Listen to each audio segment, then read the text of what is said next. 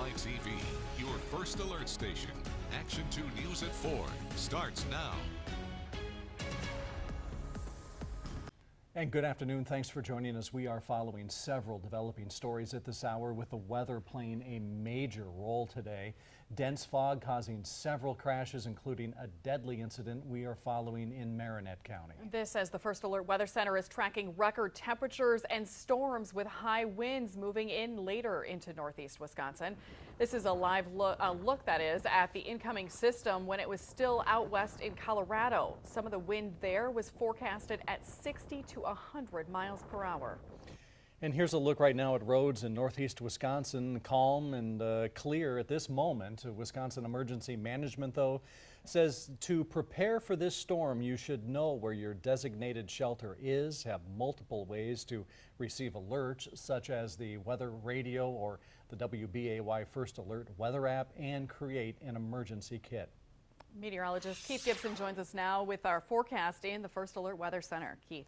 Yes, we have a lot of stuff going on. First, let's touch upon the fog. It's still an issue across the northern half of the area. Visibility is down to around 0. Now, the fog issues will gradually improve this evening as the wind picks up. Right now, it's a problem, not so much for the southern areas, but if you do have that dense fog, that advisory for dense fog will continue through the mid-evening hours. Now, later on this evening and tonight, the wind cranks up the entire area under a high wind warning that goes through tomorrow morning.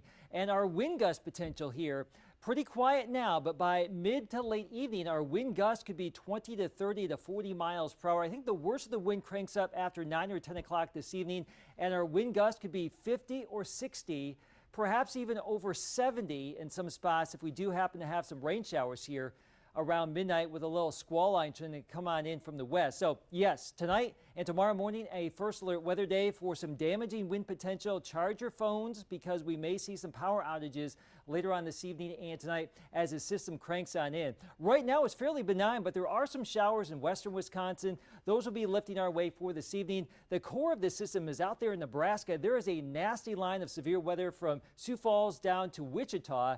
That will be weakening as it comes our way later on this evening, but it will really stir up the wind once it moves on through around midnight. That will get the winds cranking around here. And notice our temperatures. We will be rising a few more degrees into the upper 50s to lower 60s before we crash back down later on tonight. So temperatures will warm this evening. Winds go up this evening. A lot of stuff to talk about in full weather in just a few minutes.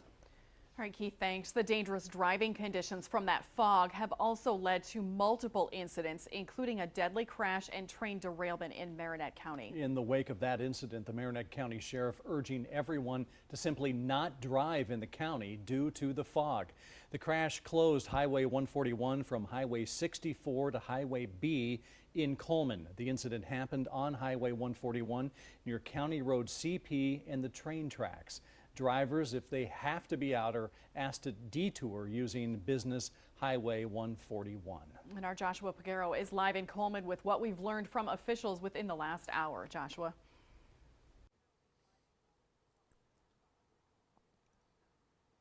Hello, Sarah and Jeff. The Marinette County Sheriff just finished speaking about half an hour ago at the building behind me. This is a Coleman Municipal building, and he painted a grim picture of the situation. As you mentioned, there was a trail derailment that occurred. One person is deceased. What he is saying is that in this area, both lanes, northbound and southbound on Highway 41, are shut down for the foreseeable future. That's because a train is hanging precariously after 2 trucks were pushed into it. Now, how he explained it was that the train was driving through. The train conductor honked her horn. One truck stopped, another truck stopped, but the one behind it did not. It created this domino effect where cars kept crashing into each other until one slid under the train. There was a male that was pronounced deceased, according to the sheriff. They have yet to ID that individual, but one of the things he did say is that a lot of the vehicles did not slow down, and he's making a plea for people to just take the caution, not go out. And here's a little bit of what he had to say during the press conference. I've been doing this for 37 and a half years. This was a scary one because when you pull up in the fog and you hear vehicles coming up behind you and they're squealing the brakes and they're flying into the median,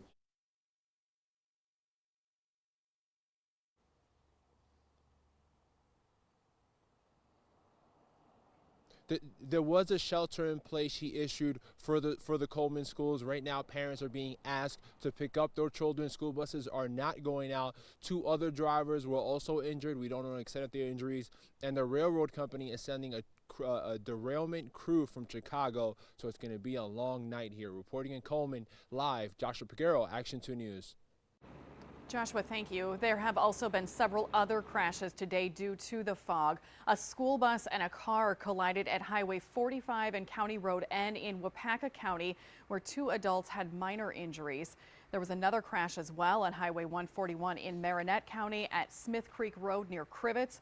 As a reminder, you're being asked to drive slowly if you do drive, and make sure your headlights are on tonight. We are also following an active police situation that lasted most of the day in Hobart at this hour. As we first told you early this morning, neighbors near Centerline Drive were told to shelter in place as police dealt with a standoff. Our Casey Torres has been on scene all day and joins us with what you've just learned, the latest there right now. Casey. Sarah, Jeff, we did get that alert that people can go back into their homes here at Mulliner Crossing. This is the apartment complex where the standoff happened. Now, we also just finished interviewing the police chief for the Hobart Lawrence Police Department just about 5 minutes ago. So he did give me the information and the latest information. Now we do know the suspect is in hospital.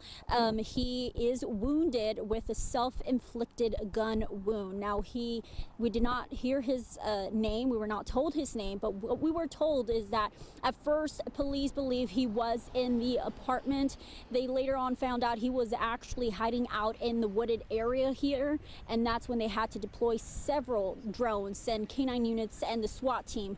It was a very active scene. We also found out that his girlfriend that was inside with him in the apartment, she's the one who made the call, told police that she was hurt, and that this then was confirmed as a domestic incident. Now, we are told she's around 25 years old. We do not know her name.